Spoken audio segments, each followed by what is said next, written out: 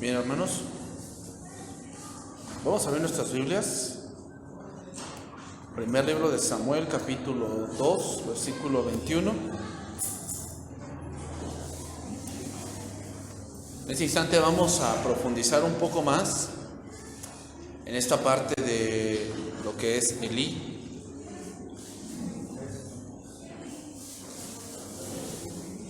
Vamos a estudiar un poco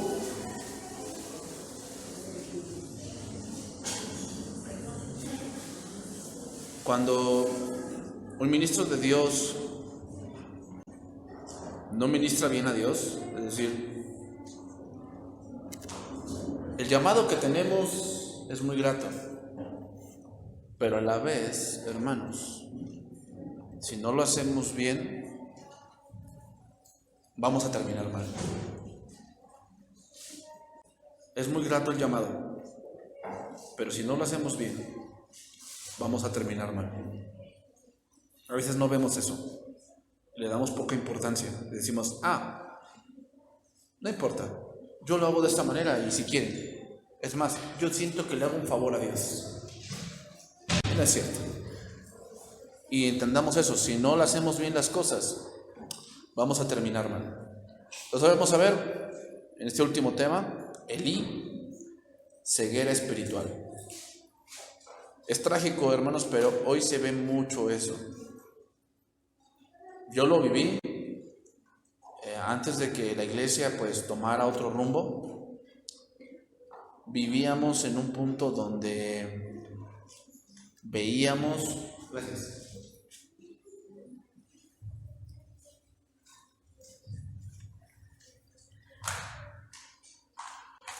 cómo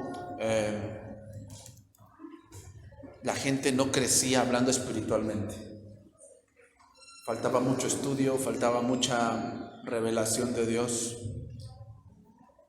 Y yo empecé a sentir una impotencia, o sea, como que decir, yo quiero enseñarles a la gente. A mí me gusta mucho enseñar. Me gusta mucho que la gente aprenda, que la gente sepa. Pero muchas veces, cuando no hay la suficiente capacitación, eso no es posible. Primer libro de Samuel 2:21, voy a leer ahí. Y visitó Jehová a Ana, y ella concibió y dio a luz 3 hijos y 2 hijas.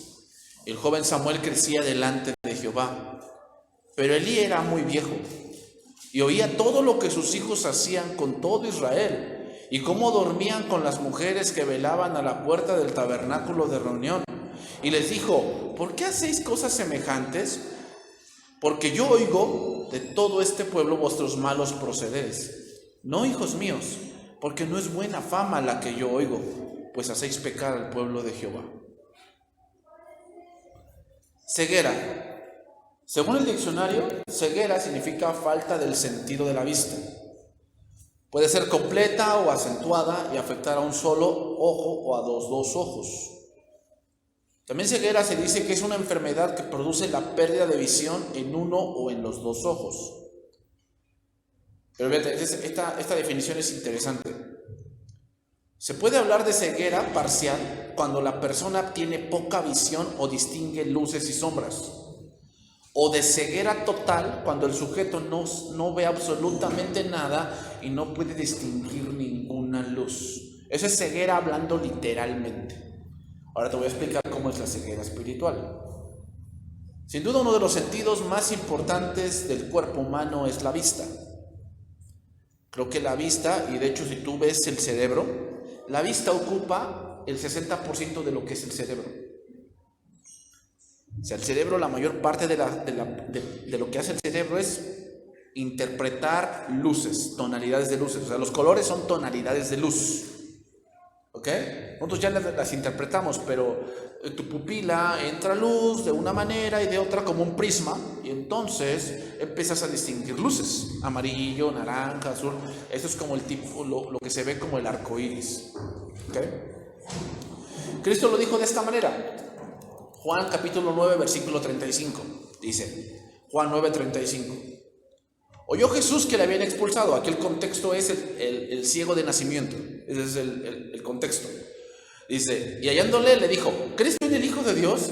Respondió él y le dijo: ¿quién es, Señor, para que yo crea en él? Y le dijo Jesús: pues le has visto, y el que habla contigo él es. Y dijo: creo, Señor, y le adoró. Dijo Jesús: para juicio he venido a este mundo, para que los que no ven, vean, y los que ven, sean cegados. Entonces algunos de los fariseos que estaban con él, al oír esto, le dijeron: ¿acaso nosotros somos también ciegos? Jesús les respondió: si fueseis ciegos, no tendríais pecado, mas ahora, porque decís vemos, vuestro pecado permanece. Un ciego espiritual, hermanos, es aquel que no ve la condición en la que se encuentra. Ve la de los demás, pero no ve la suya. Juzga la vida de los demás, pero no ve la suya. Ese es un ciego espiritual. Esa es la peor ceguera que puedes tener. Juan 9:30, pues sigo con ese pasaje. Dice: respondió el hombre y les dijo: pues esto es lo maravilloso, que vosotros no sepáis de dónde sea, y a mí me abrió los ojos. Y sabemos que Dios no oye a los pecadores, pero si alguno es temeroso de Dios y hace su voluntad, a ese oye. Desde el principio no se ha oído decir que alguno abriese los ojos a un ciego de nacimiento. Si éste no viniera de Dios, nada podría hacer. Respondieron y le dijeron: tú naciste del todo en pecado y nos enseñas a nosotros. Y dice: y le expulsaron. El juicio severo, hermanos, que hicieron estos hombres con el ciego, le dijeron que él había nacido en pecado. Es decir, que él era alguien vil. Ellos estaban por encima de él. Eso es lo que decían los fariseos. Sin embargo, hermanos, el juicio contra ellos era más severo, ya que ellos decían que veían, pero que no veían. Espiritualmente hablando, no veían. La ceguera espiritual, hermanos, hace que veamos a los demás como inferiores. Nos vemos como inferiores, como que tú no estás a mi altura. Creemos que somos, pero en realidad no somos nada. Otra parte de la ceguera espiritual, hermanos, es no ver los tiempos en los que vivimos. Y eso es muy común en el joven. Cuando tiene que estudiar, quiere trabajar, y cuando tiene que trabajar, quiere estudiar. Hay tiempo de todo. Dios no está en contra de que hagas ciertas cosas, hay cosas para todo, pero tienes que saber los tiempos que Dios ha puesto en tu vida para hacerlo, porque si lo haces bien, vas a tener contentamiento. Has leído ese verso, ¿no? Eclesiastés 12. Acuérdate de tu Creador en los días de tu juventud, antes de que lleguen los días en los cuales digas que no tengo contentamiento. ¿Sabes a qué se refiere ese verso? Muchos dicen: es que ese verso se refiere a que yo me dedique a Dios y eso qué aburrido. No, porque versos anteriores dice: joven, haz lo que esté en tu corazón, hazlo, tienes la fuerza, hazlo, quieres hacerlo, hazlo, pero no te olvides que sobre todas las cosas te juzgará Dios. Dios no está en contra de que conozcas, Dios no está en contra de que gustes, Dios no está en contra de que viajes, Dios no está en contra de que termines una carrera, Dios no está en contra de que tengas una novia o tengas un novio. Eso no es el problema. El problema es cuando tú crees que eso es la vida. Ese es el problema. Entonces, como piensas que es tu vida, lo buscas de una manera tan excesiva que pierdes de vista lo más importante. Ese es el problema. Y date cuenta, ¿cuántos hombres, cuántas mujeres son tan ciegos que pierden su familia por un gustito? Por 5 minutos de una lujuria, 5 minutos de una mala pasión, por 5 minutos. Jovencitas que pierden su dignidad, que pierden su libertad por 5 minutos de gozarla. ¿Te das cuenta? Tú lo ves de por fuera y dices: qué ciegos son, ¿no? O sea, eso lo pueden hacer cuando quieran. Cásense y gócenla bien. O sea, ¿por qué pones en un punto algo que te va a traer a la postre un mal? Ceguera. La ceguera hace que tú no veas lo que es más importante. Ves nada más lo momentáneo, pero no ves lo que perdura. Mateo 21:12. Mateo 21:12.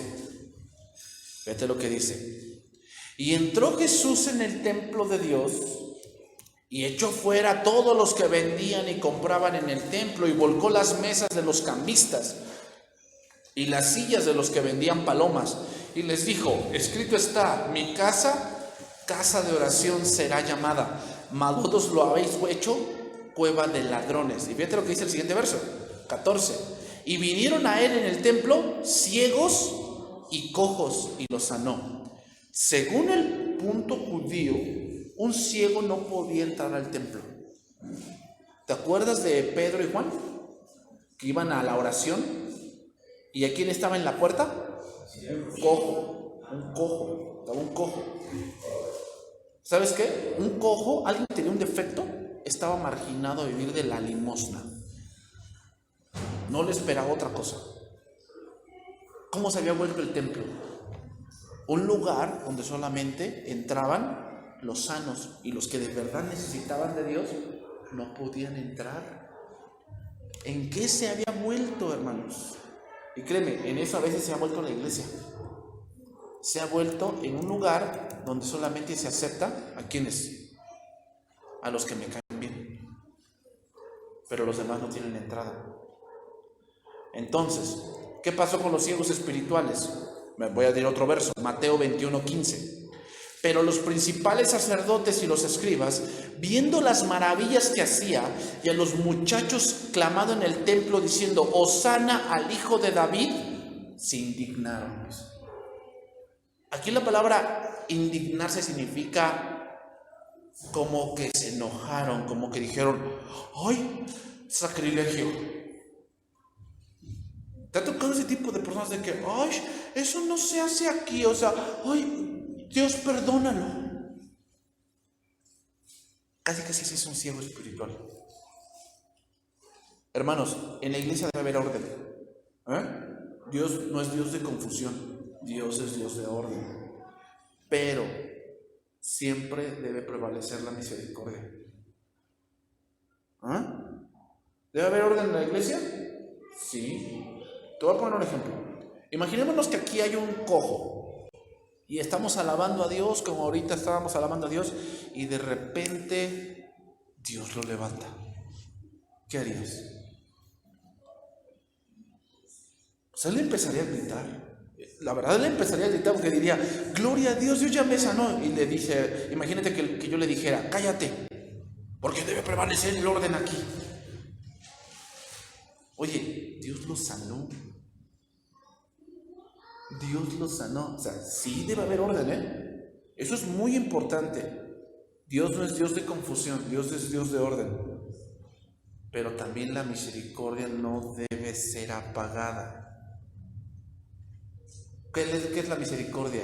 Que yo me pongo en tu lugar. Yo me pongo en tu lugar. Yo trato de entender lo que tú estás viviendo. Entonces, con toda hipocresía, condenaron lo que debían aprobar y aprobaron lo que debían haber condenado. La práctica de los mercaderes en el templo, ellos lo permitían, pero no permitían que los cojos entraran al templo. ¡Qué paradoja, va! Habían hecho del templo un mercado, pero los que de verdad necesitaban de Dios, que eran los ciegos y cojos, los sacaban. Entonces, vamos a entrar a nuestros versículos, hermanos. Vamos a ver la primera intervención de Elí. Primer libro de Samuel 1:12. Vamos a ver cómo interviene Elí en esta historia.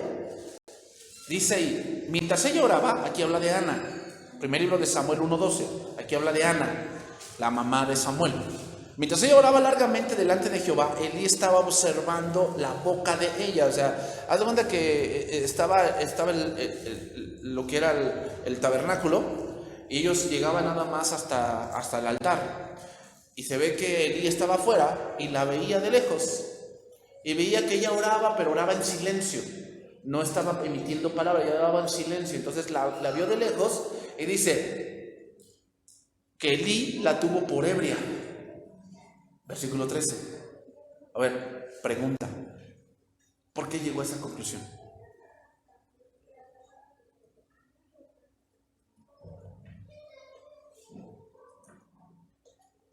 ¿Qué le hizo pensar que Ana estaba ebria? ¿Sabes qué? ¿Por qué llegó a esa conclusión? Porque sus hijos eran así.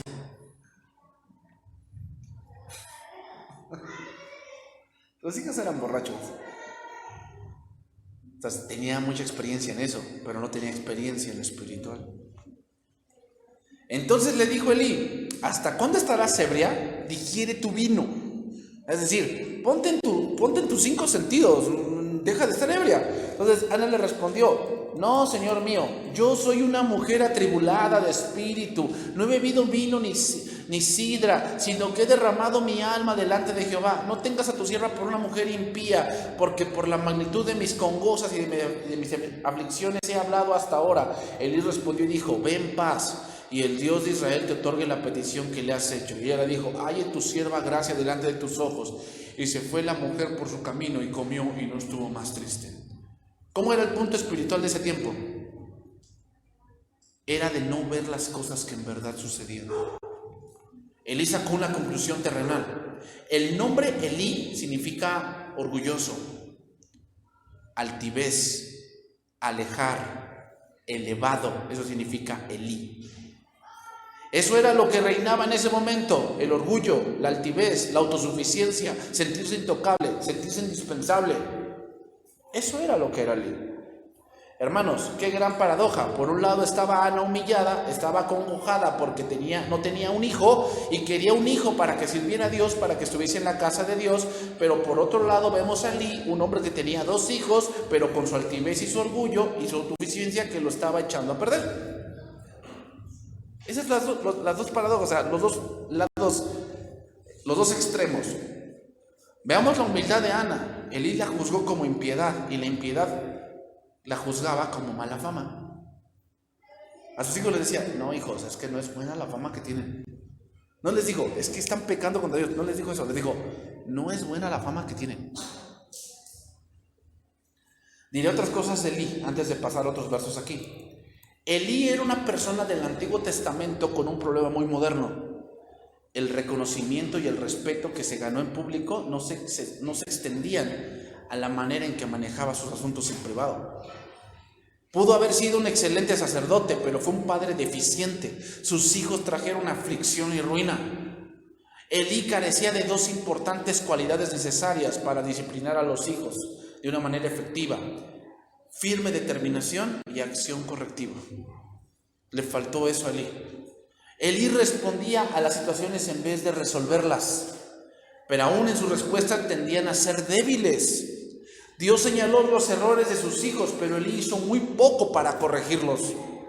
Es claro el contraste que existe entre la manera en que Dios trató con Elí y en la que Elí trató con sus hijos. Otro problema de Elí estaba en que se le preocupaban los símbolos de su religión que con el Dios al que representaba. Ese era Elí. Ahora veamos dónde se reflejó la ceguera de Elí. Primero de Samuel 2:12. Dice ahí. Hemos leído ese verso, pero ahora lo vamos a analizar más adelante. Dice: los hijos de Elí eran hombres impíos y no tenían conocimiento de Jehová.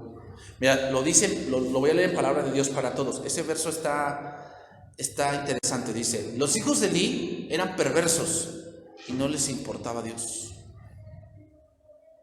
Fíjate cómo eran los hijos de Elí. No les importaba Dios. Vamos a poner aquí un punto, hermanos, muy importante, y es: ¿debemos tener hijos perfectos? Es decir, los tienes que tener como un colegio militar, marchando firmes y casquete corto y toda la cosa. ¿Así debes tener a tus hijos? No.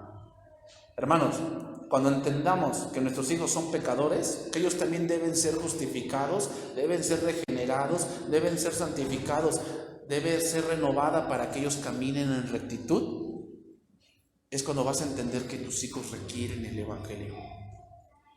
Por más que les pegues, por más que los disciplines, los amenaces, va a llegar un día que eso no funciona. Tus hijos requieren el Evangelio. Entonces aquí vemos un ingrediente que se repite para el fracaso de los hijos. Mira, Jueces capítulo 2, versículo 10. Jueces capítulo 2, versículo 10. Entonces, hermanos, ¿requieres tener hijos perfectos? Ni tú lo fuiste. Yo no fui perfecto. Yo cometí mis errores y los sigo cometiendo. Y yo sé que mis hijos lo van a hacer, van a cometer sus errores y van a tomar sus decisiones. Pero de mí depende hasta dónde van a llegar.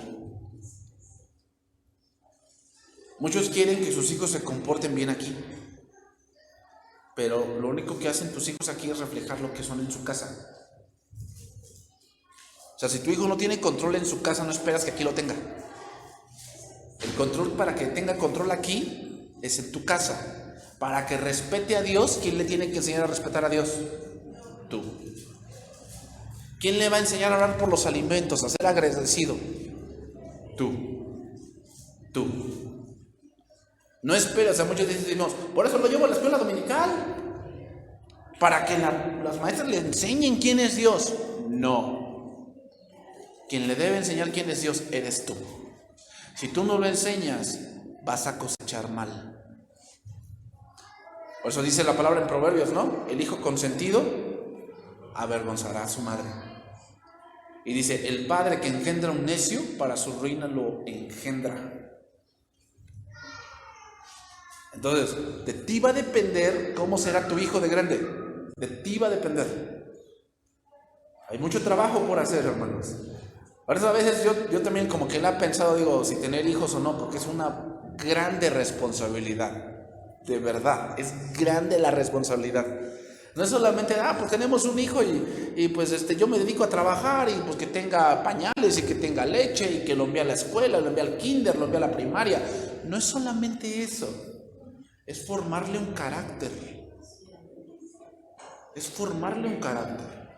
Formarle que él tiene que aprender, que ahorita con todo lo que estamos viviendo, ahorita con la revolución sexual que estamos viviendo, él te va a llegar y te va a decir, mamá, es que dicen en la escuela que, aquí en el libro dicen que ya los matrimonios también es hombre y hombre. ¿Y tú qué vas a hacer? Hermano, si no puedes con la evolución de que viene del chango, ¿vas a poder con eso? Ahí después lo entenderá. ¿Cuándo? Esto te corresponde a ti. Y a veces cuesta porque hay que darles tiempo. Pero hermanos, esa es la responsabilidad que nos ha tocado. Fíjate lo que dice este verso. Y toda aquella generación también fue reunida a sus padres. Y se levantó después otra generación que no conocía a Jehová ni la obra que él había hecho por Israel. Me lo voy a leer en el lenguaje actual. Dice, murieron también todos los israelitas de su época. Por eso los que nacieron después no sabían nada acerca del Dios verdadero, ni de lo que él había hecho en favor de los israelitas. A ver, si tú ya tienes más o menos entre 15 y 18, ya debiste haber leído la Biblia una vez. Una vez. Si no la has leído, debe ser tu reto. Debes leerla por lo menos una vez. O sea, debes saber historia. ¿Sabes la historia de Jonás? ¿Sabes la historia de Gedeón, de Jefté, de Débora, de Otoniel, de Caleb, de los 2 espías? ¿Sí sabes ese tipo de historias?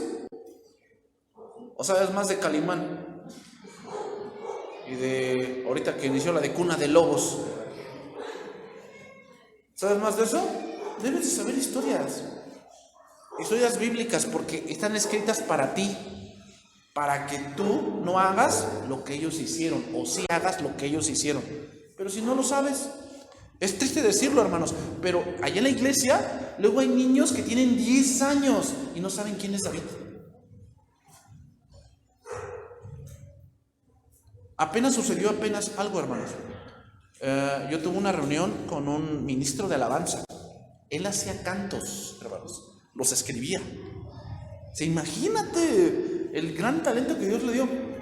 Y se sentó con nosotros y nos empezó a sacar así de la historia de Israel y toda la cosa. Y yo le dije, a ver, para. Le digo, ¿me estás diciendo que no sabías eso? Me dice, sí, es que yo no lo sabía y te lo descubrí. Yo que le digo, hermano, esas historias yo las sé cuando tenía yo 12. No es posible que tú ahorita tienes 25 años y no sepas eso.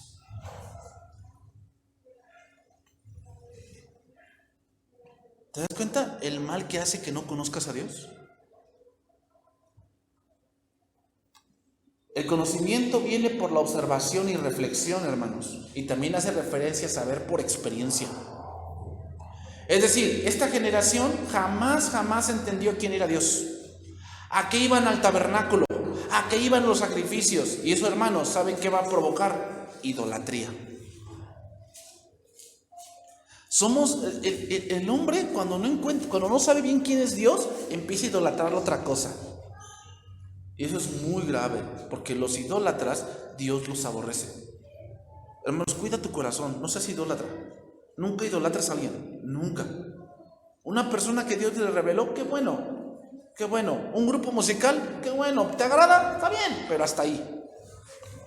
Y mucho menos idolatres a tus padres, ni a tu pareja, mucho menos, no. El único que tiene lugar en mi corazón es Dios. ¿Te quieres ir tú? Vete. Pero yo y mi casa serviremos a Jehová.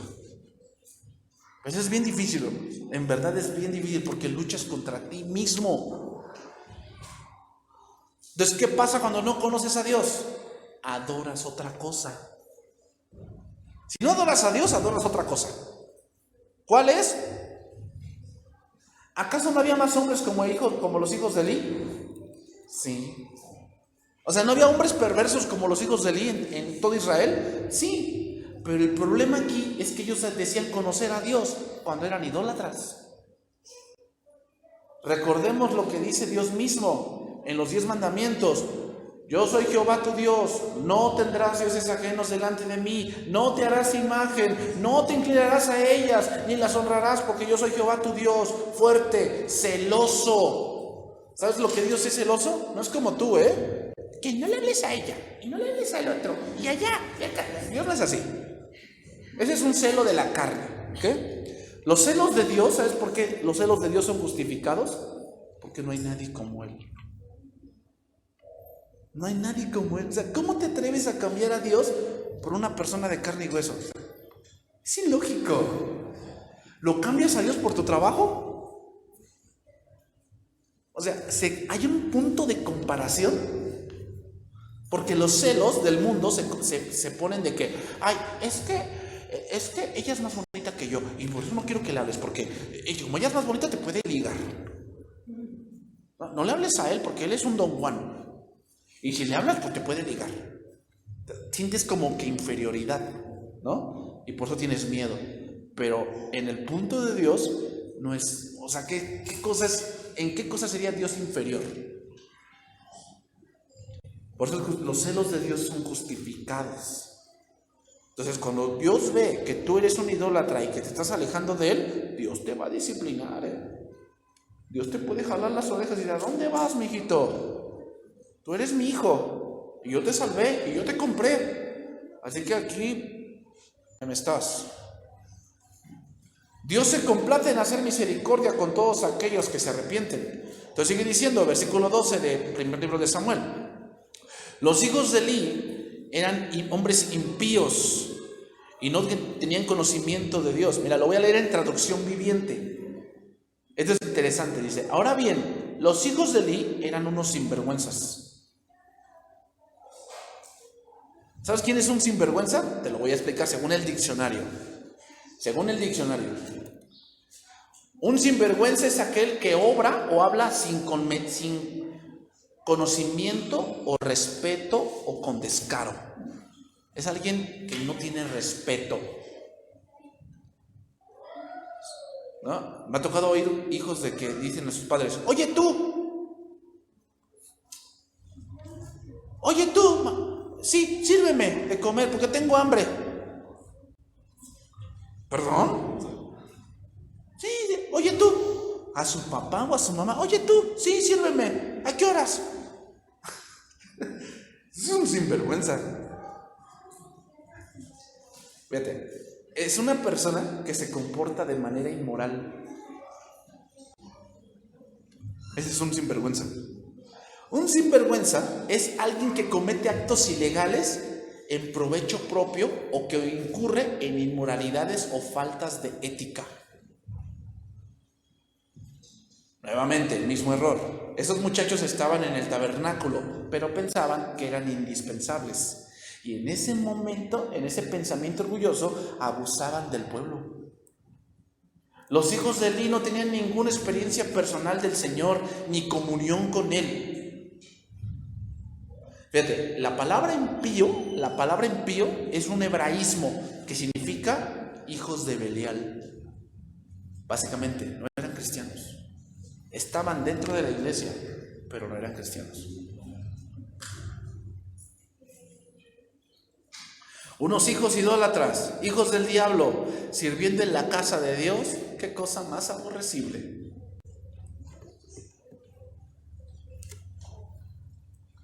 Qué cosa más aborrecible. ¿Cómo ves? Esos eran los hijos de Elí. Fíjate, vamos a leer un pasaje aquí, Levítico capítulo 7.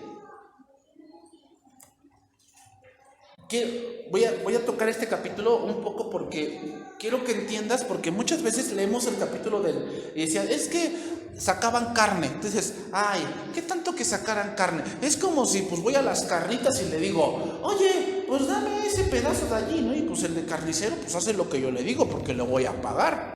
No, en este caso no es así. Y te voy a explicar por qué era grave. Levítico capítulo 7 versículo 28 dice: habló más Jehová a Moisés diciendo: habla a los hijos de Israel y diles: el que ofreciere sacrificio de paz a Jehová traerá su ofrenda del sacrificio de paz ante Jehová.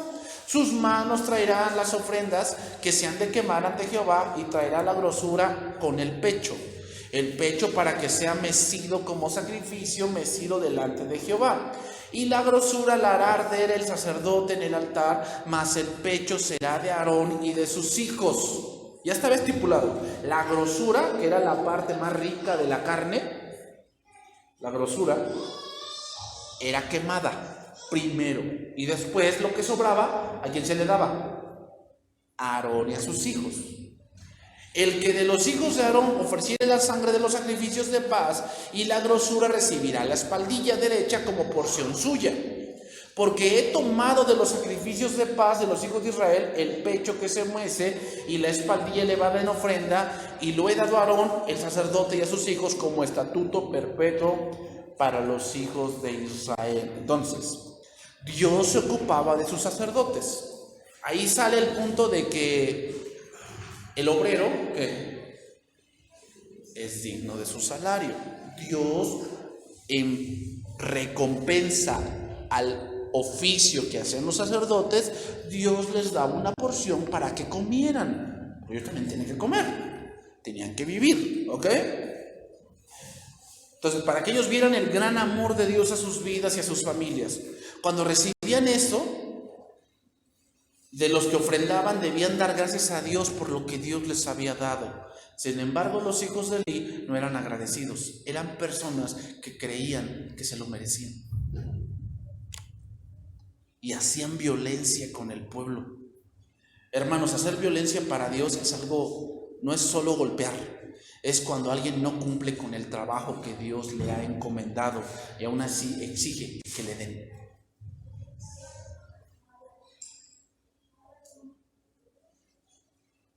¿Sabes que una actitud cristiana es ser agradecido? Debes de ser agradecido. Nada lo merecemos, hermanos. Otro pastor lo dijo: éramos insalvables. Y de verdad, hermanos, si Dios no nos castigara, no sería justo. Muchos dicen: ay, ¿por qué el infierno es eterno? Porque pecas contra alguien eterno. Y si fuera solamente momentáneo, no sería justo. Sabemos que Dios es justo, ¿verdad? El infierno debe ser eterno porque es justo.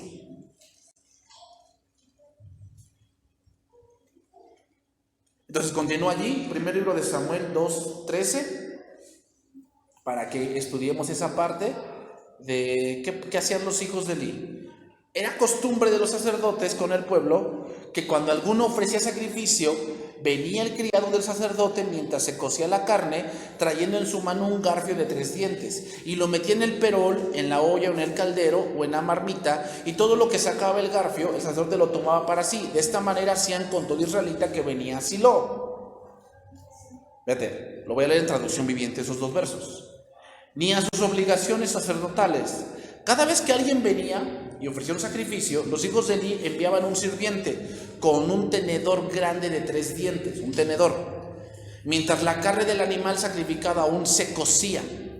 El sirviente metía el tenedor en la olla y exigía que todo lo que sacara con el tenedor fuese entregado a los hijos de Eli. Así trataban a todos los israelitas que llegaban a Silo para adorar. Es decir, no se había consumido aún la grosura para Dios y ellos ya interferían. Era una falta de respeto. ¿A quién? A Dios.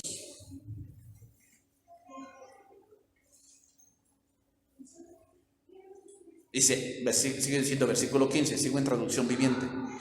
Algunas veces el sirviente llegaba aún antes de que la grasa del animal fuese quemada sobre el altar.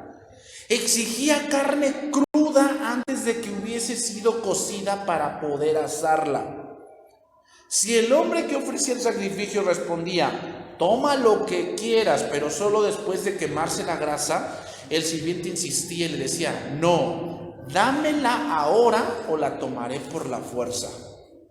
Así que el pecado de estos jóvenes era muy serio, o sea, ante los ojos del Señor, porque trataban las ofrendas del Señor con desprecio.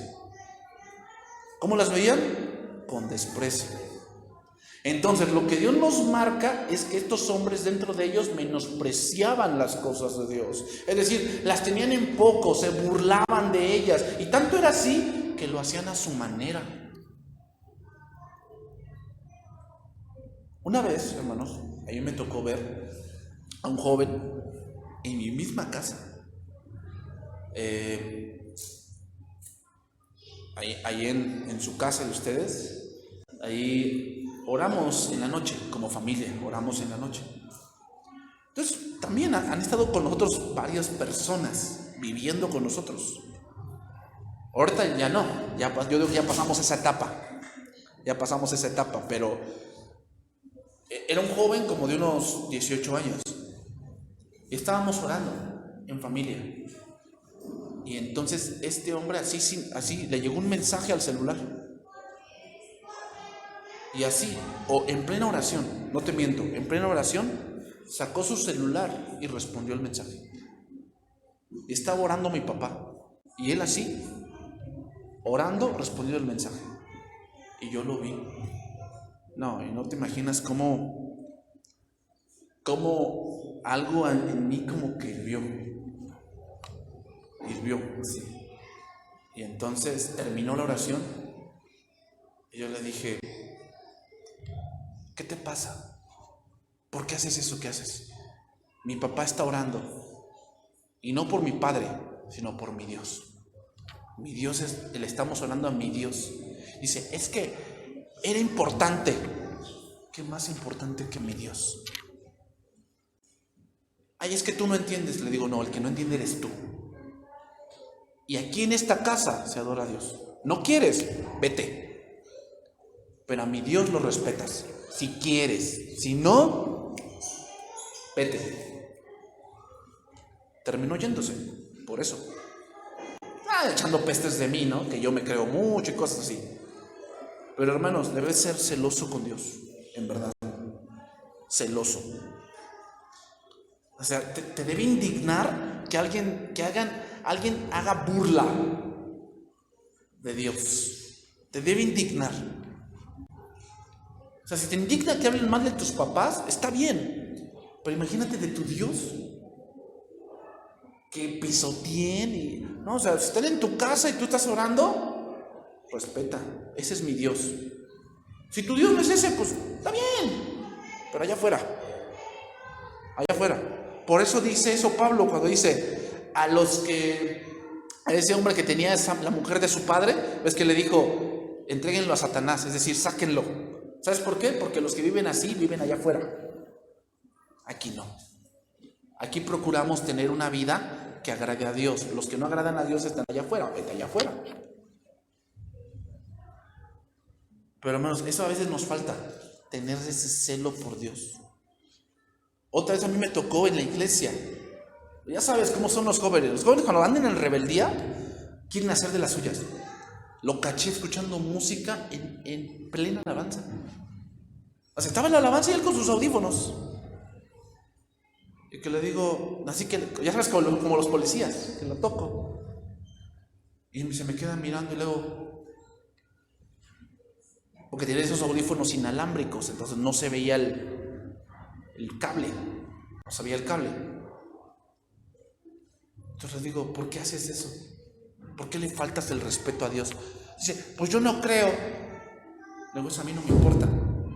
No me importa si crees o no crees. Aquí a mi Dios lo respeta, si no, vete. ¿Te das cuenta? O sea, tú tienes que tener celo por Dios. Celo por Dios. Celo por tu servicio. Tienes que tener celo. O sea, nosotros también allá hacemos que, por decir, cuando vemos que yo veo que un músico no vino en toda la semana, o sea, no tomó nada de la Biblia en toda la semana, no toca. ¿Sabes por qué? Porque no le haces un favor a Dios.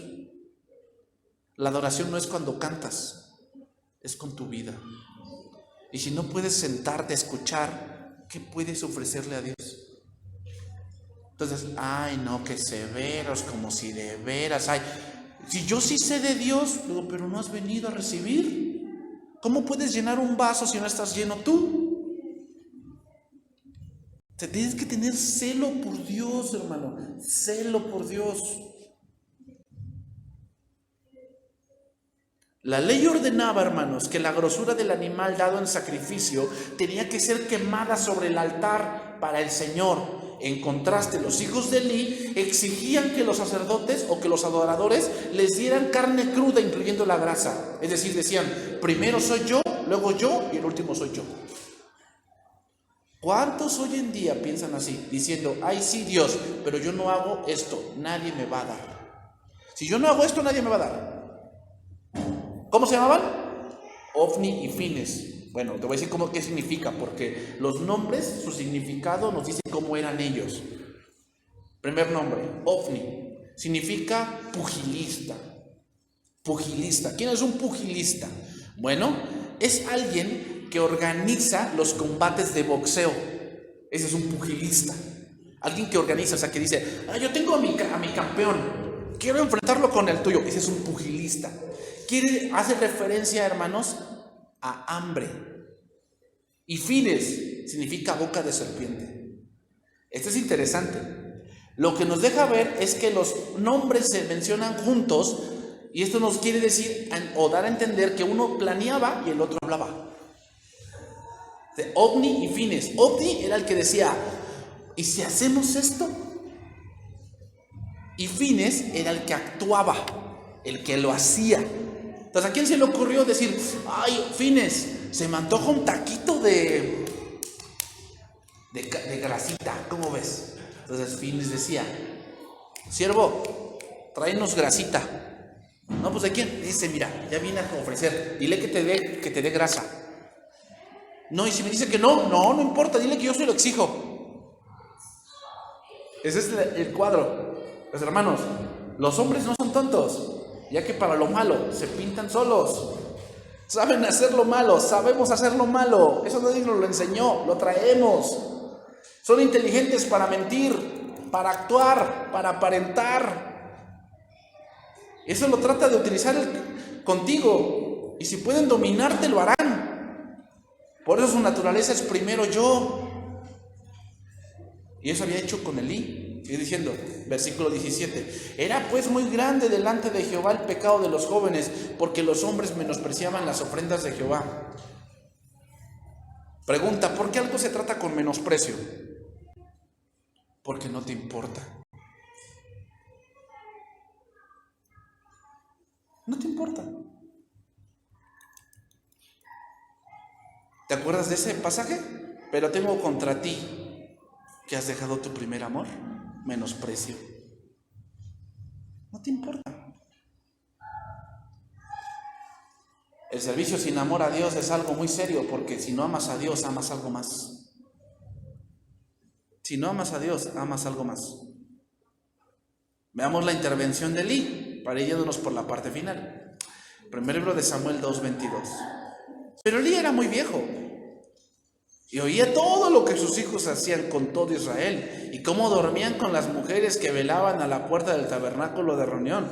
Y les dijo: ¿por qué hacéis cosas semejantes? Porque yo oigo de todo este pueblo vuestros malos procederes. No, hijos míos, porque no es buena fama la que yo oigo, pues hacéis pecar al pueblo de Jehová. Si pecare el hombre contra el hombre, los jueces le juzgarán, mas si alguno pecare contra Jehová, ¿quién rogará por él? Dice: pero ellos no oyeron la voz de su padre, porque Jehová había resuelto hacerlos morir.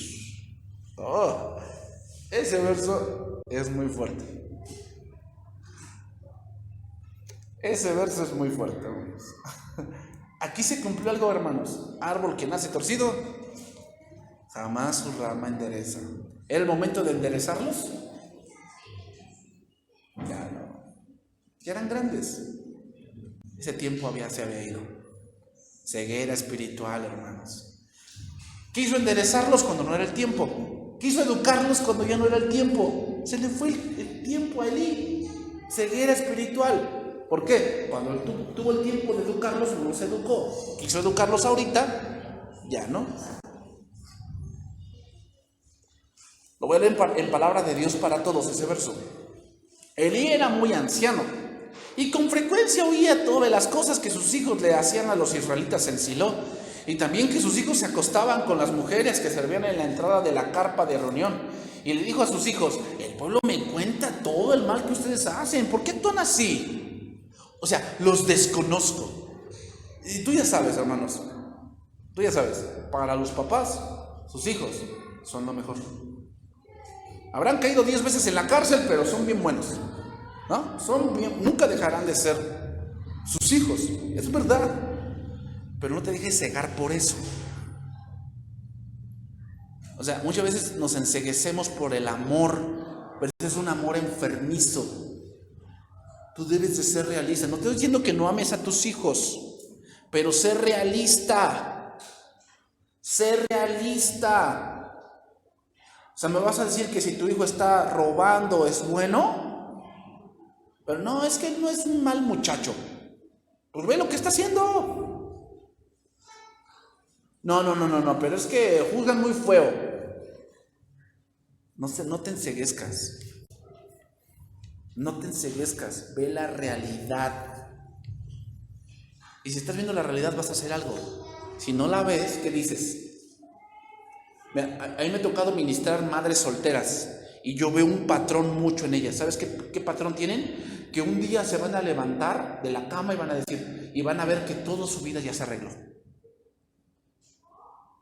Que sus hijos, que son rebeldes, mañana nacen y van a decir: mamá, desde este momento ya te voy a amar.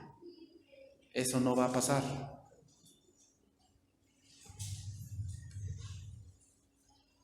Pero yo veo eso en las madres. Déjense de eso. El pueblo del Señor está hablando mal de ustedes. Si alguien peca contra otro ser humano, tal vez Dios le ayude. Pero si alguien peca contra el Señor, entonces ¿quién va a poder ayudarle? Pero como los hijos de Elí se negaron a escucharlo, el Señor decidió matarlos. ¿Cuál es el primer mandamiento con promesa? Honra a tu padre y a tu madre para que tus días sean largos. Óyelo bien, joven. Si tú no escuchas la voz de tu padre o de tu madre, ¿Dios qué va a decidir? Matarte. No es un juego, es la verdad. Si tú no oyes a tus padres y tus padres te dicen: no hagas esto, y tu padre está dando todo, está trabajando para que tú tengas un futuro, para que tú tengas escuela, para que tú tengas una comodidad, y tú lo desprecias, Dios va a decidir matarte. No es un juego, así lo dice. ¿Por qué Dios tomó esa decisión, hermanos? ¿Por qué crees que Dios haya tomado esa decisión de matarlos? porque Dios no iba a permitir que se burlaran de él. No es que Jehová se complaciera en hacerlos morir, sino que ellos habían endurecido hasta el punto su conciencia en el pecado, que rechazaban incluso el consejo que les daba su propio Padre. Cuando los hombres llegan a endurecerse de tan gran manera contra Dios, Él llega hasta permitir que continúen en su vía de perdición, hermanos. ¿Qué debe haber hecho Elí? Pregunta, ¿qué debe haber hecho Elí? ¿Quitarlos del servicio o no? Cuando nosotros como pastores vemos que alguien no está caminando bien, ¿sabes por qué los quitamos del servicio? Porque a la larga el servicio los va a matar. Porque muchas veces pensamos, no, es que si lo quitan del servicio se va a ir. Al menos el servicio lo mantiene aquí. ¿Para qué lo quieres así? No ama a Dios, lo hace por compromiso, pero un día te va a dejar todo tirado. Otra vez, ceguera espiritual, hermanos. ¿Por qué? Porque piensan que son indispensables. Entonces, Dios es santo, hermanos, que cualquier cosa inapropiada en la adoración de Israel era una afrenta a su santidad y por tanto merece muerte. La conducta, hermanos, la conducta tan deshonesta de los hijos de Elí nos resulta chocante también a nosotros. Elí, que para esa época debe haber estado en los 90 años, reprendió a sus hijos con palabras que se pueden catalogar de tardías y débiles. Esas palabras de Elí son un ejemplo clásico de lo que es muy poco y demasiado tarde. Los padres que detienen la vara de la corrección permiten que sus hijos echen a perder aquí y contribuyen a su perdición en la eternidad. O sea, no solamente se pierden aquí, deja que sea un borracho o parrandero jugador, sino que si se muere, se va a ir al infierno. Se va a ir al infierno.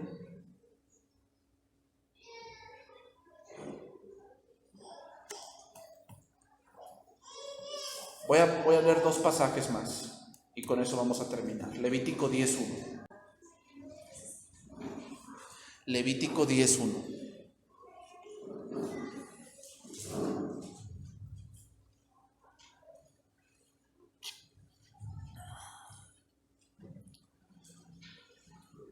Aquí vemos otros 2 hijos que también Dios tuvo que poner juicio. Ay, hermanos, de verdad, que Dios nos ayude, ¿no? Muchos a mí me dicen, porque usted no tiene hijos, ya lo veré cuando los tenga. Y oro mucho a Dios, la verdad, porque yo sé que tener un hijo no es sencillo, no es sencillo, porque ahora yo veo mi vida, ¿no? Yo veo mi vida y mi padre fue un poco duro conmigo. O sea, él no era de que te quedas por hacer la tarea, no. Yo le decía, papá, tengo mucha tarea, pues tienes mucha noche, te vas a la iglesia. Y papá, me siento mal, me duele la panza. O te llevo una bolsa. Si tienes chorrillo, llevo una bolsa para que allá hagas. Y recuerdo que era pequeño, pues tengo mi hermana que es un año menor que yo. Y así, mi papá se sentaba en un lado, mi hermana y yo así en medio, y mi mamá del otro lado. No, y cuando nos portábamos mal, pellizco. Y luego decíamos algo y mi mamá nada más se volteaba y me miraba y yo decía, ahí ya nos va a tocar. O sea, era muy exigente así, en verdad. Pero lo agradezco, porque en verdad ahora por eso soy lo que soy también. Por eso amo mucho a Dios, porque entiendo que muchas de estas cosas eran necesarias. O sea, mi papá en cuestión de la iglesia no cedía. En otras cosas sí cedía, la verdad, mi papá no era tan así un ogro. En otras cosas cedía mucho, pero en cuestión de la iglesia, o sea, tú nunca me veías que yo faltaba a la iglesia porque me iba de rebe o iba a una fiesta. Es más, ni pedía permiso, porque ya sabía que no me iban a dar. Mi papá no cedía en esas partes. Y ahora por eso para mí no es tan difícil dejar cosas por venir a la iglesia. Porque me lo enseñaron. Pero es difícil, hermanos, porque yo también tenía mis ganas de que mi papá es injusto, mi mamá no me entiende, ay, ¿por qué tengo que venir a la iglesia? Ay, ¿qué tanto por un día? ¿Qué tanto por un domingo que no venga? Ay, ni porque se acaba el mundo porque no venga. Pero hermanos, así se empieza. Dejas de venir un domingo, después son 2, después es el mes, después son 3 meses, y después ya dices, es que ¿por qué ya no vienes? Es que tengo pena. Es que, ay, ¿qué me va a decir el pastor? Va a decir que, ay, milagrazo. Y yo voy a decir, ay, sí, pastor, pero es que, como que, pues es que tenía mucho trabajo, cuando lo que tenías era flojera, es lo que tenías. Hermano, yo la verdad, no sé si así te ha pasado, pero un domingo que no vienes, te sientes medio raro, ¿no? Así como que, ¿este tiempo qué estoy haciendo? O sea, a mí me ha pasado un día que yo he estado enfermo, rara vez, pero he estado enfermo, y que no voy el domingo a la iglesia, ni prendo la tele, porque digo, ay no, en esta hora debería estar yo en la iglesia, ni modo que prenda la tele y esté yo viendo la tele mientras otros están en la iglesia, y como que me siento así como que, ay. Pero te das cuenta, ya no es por hábito, es por amor. Amas venir a la iglesia, amas escuchar la voz de Dios. Fíjate lo que dice: Nadab y Abiú, hijos de Aarón, tomaron cada uno su incensario y pusieron en ellos fuego, sobre el cual pusieron incienso, y ofrecieron delante de Jehová fuego extraño, que él nunca les mandó. Y salió fuego de delante de Jehová y los quemó, y murieron delante de Jehová. Entonces dijo Moisés a Aarón: esto es lo que habló Jehová diciendo: en lo que a mí se acercare me santificaré, y en presencia de todo el pueblo seré glorificado. Y dice, y Aarón cayó. Murieron sus 2 hijos de Aarón. ¿Y sabes qué tuvo que decir? ¿Por qué cayó Aarón? Porque tuvo que admitir que no los enseñó bien. Se cree que estos 2 hombres hicieron esto porque estaban borrachos. Y en esa ebriedad llegaron y ofrecieron a Dios fuego extraño. Entonces, hermanos, Dios es tan santo que cualquier cosa inapropiada en la adoración era una afrenta a Él. Entonces, hermanos, sé celoso de Dios. Eso es también parte de avivar el fuego del don, que tú tengas celo. Es tu Dios, es mi Dios, y a mi Dios lo respetas. Porque los demás, ay, no te metas con la virgencita, y no te metas con esto. Hablan por ignorancia, pero mi Dios es real. Mi Dios vive. Mi Dios vive. Y muchos dicen, ay, pues a ver, si tu Dios es tan real, que tire este vaso de agua. No, hombre, ¿tú piensas que Dios se va a rebajar a hacer eso? O sea, ¿cuál es el punto de hacerlo? ¿Que tú creas? Ve la creación.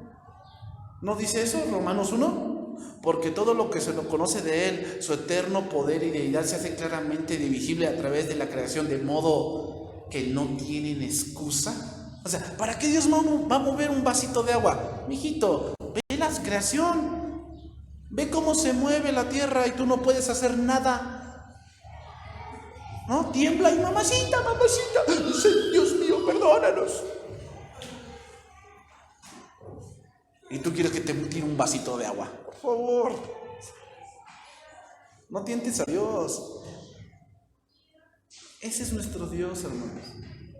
Nuestro Dios es real, es verdadero. Pero otra cosa, Él es santo. Él es santo. Y Él quiere que le sirvamos de todo corazón. Quiere que le sirvamos así. Termino con este pasaje, Salmo 73, versículo 16. Y con ese pasaje vamos a terminar. Hermanos, que nuestra visión espiritual sea buena. Que podamos ver no solamente el error de los demás, sino empezar por nosotros. Es decir, examínate. Dile a Dios, Señor, muéstrame si hay en mí camino de iniquidad. que no se apodere de mí la soberbia.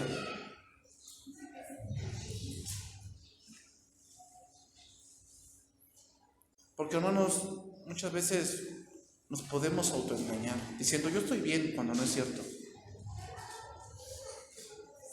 A veces, no sé si te ha tocado y sé que sí, pero a veces tú ves a gente aquí enfrente y tú la ves bien entregada y bien, tú dices, están bien firmes en Dios, ay, qué bueno, esos hermanos, y de repente todo cambia, ¿no? ¡Fum! Tú dices, ¿qué pasó? ¿Por qué ya no están? Si yo lo veía contento, yo lo veía entregado, ¿qué pasó? ¿Sabes qué fue lo que pasó? Se confiaron. ¿Has leído Proverbios 3?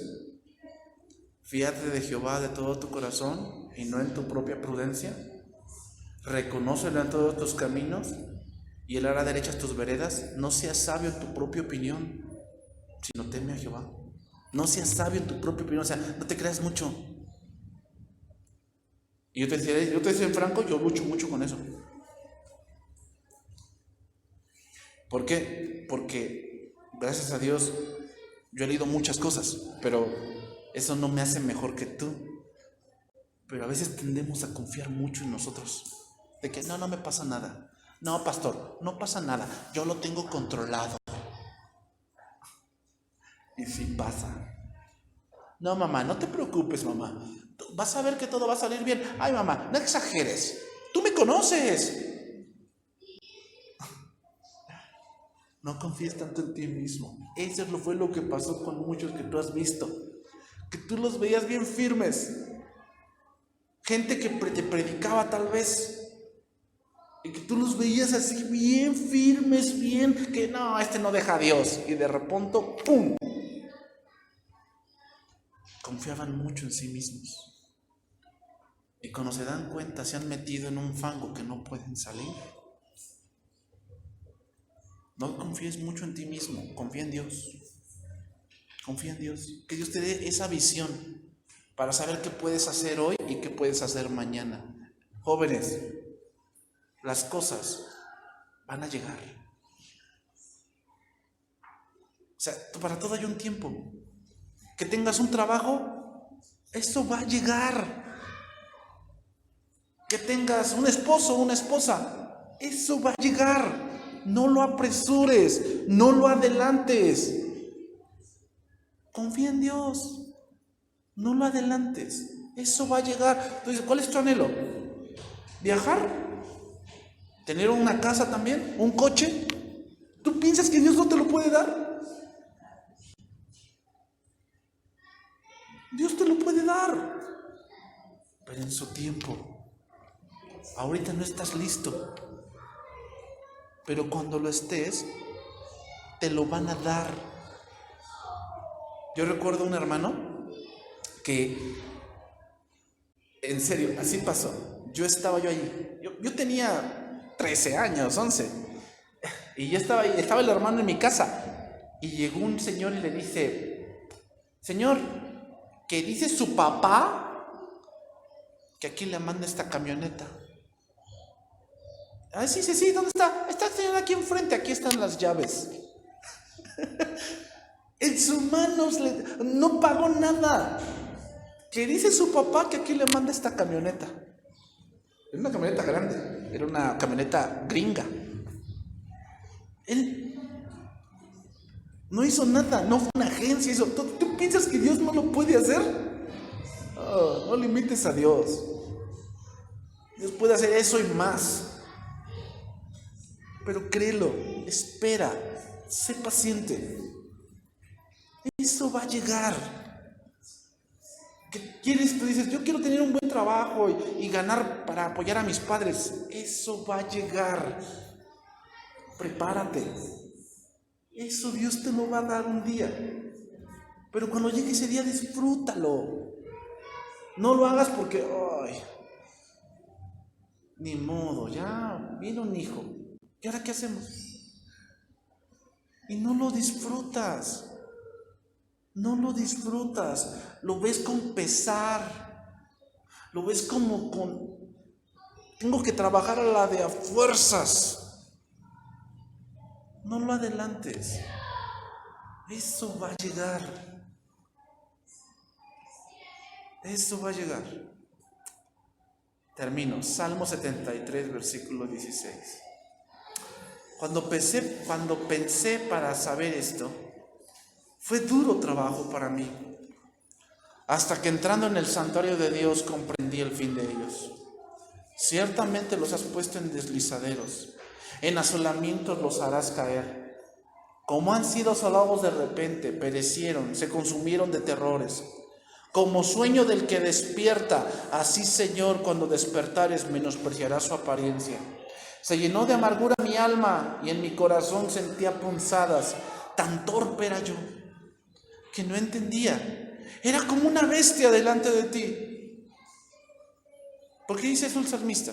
El contexto es que tuvo envidia de los malos. ¿Te ha pasado eso? ¿Que ves que la vecina chismosa sí tiene y tú no? ¿Que ves que el chavo de la escuela que es bien trácalas va en coche a la escuela y tú no? ¿Tú todavía tomas pecero? Que tú ves que la otra ya se compró una computadora nueva y tú no te alcanza para una. ¿No te ha pasado eso? No tengas envidia. Dios sabe cuándo te va a dar las cosas. Dios lo sabe. Y dice: con todo yo siempre estuve contigo. Me tomaste de la mano derecha. Me has guiado según tu consejo y después me recibirás en gloria. ¿A quién tengo yo en los cielos sino a ti? Y fuera de ti nada deseo en la tierra. ¿Sí? ¿Seguro? ¿A quién tengo yo en los cielos sino a ti? Si nunca te casas, ¿vas a ser feliz?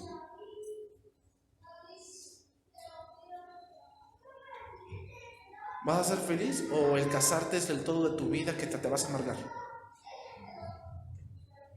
¿Te das cuenta? Te falta madurar ahí. Tienes que tener visión espiritual. Si Dios no permite que te cases, ¿tú piensas que es para que te la ayudas manteniendo gatos? Que vengan los gatitos y vénganse, mijitos, pues ya, estoy abandonada, vénganse para acá. No. Dios te puede utilizar para otra cosa. ¿Te das cuenta cómo te falta visión espiritual? ¿Por qué crees que Dios te está enseñando algo? De costura, de cocina. ¿Por qué crees que Dios te permitió terminar una carrera? Tiene un plan para ti. Sé paciente. Eso va a llegar. Aunque la gente te diga: ya estás muy rucaila, y tienes 25, pero bueno, ya estás muy rucaila, nada. Hermano, joven, viejos los cerros. Este cerrito aquí está viejo. Sí. ¿Cuánto tiempo no tiene? No te dejes creer por eso. No adelantes cosas. Cree en el Señor. Mi carne y mi corazón desfallecen, mas la roca de mi corazón y mi porción es Dios para siempre. Porque aquí los que se alejan de tu presencia, o los que se alejan de ti, perecerán. Tú decirás a todo aquel que de ti se aparta. Pero en cuanto a mí, el acercarme a Dios es el bien. He puesto a Jehová el Señor mi esperanza para contar todas tus obras. Pues hermanos, oremos a Dios, que Dios nos dé esa visión. Que no solamente veamos lo momentáneo, veamos lo que Dios tiene preparado. A David le dijeron que iba a ser rey. Y no se veía claro. Si tú ves la historia de David, parece que se alejaba más del trono. Pero un día se sentó. Y cuando se sentó ahí dijo: Natán, yo vivo en casa de cedro y mi Dios vive entre cortinas. ¿Cómo es posible eso? Que yo viva en un lujoso y mi Dios, que me lo ha dado todo, viva así. No puede ser. ¿Y sabes qué? Te voy a decir otra cosa. David no construyó esa casa, se la mandaron a construir. ¿Tú piensas que Dios no lo puede hacer? ¿No piensas que no? Que no me caso porque no tenemos casa. Hijito, honra a Dios. Y Dios, no sabes lo que Dios puede hacer. Cree, obedece.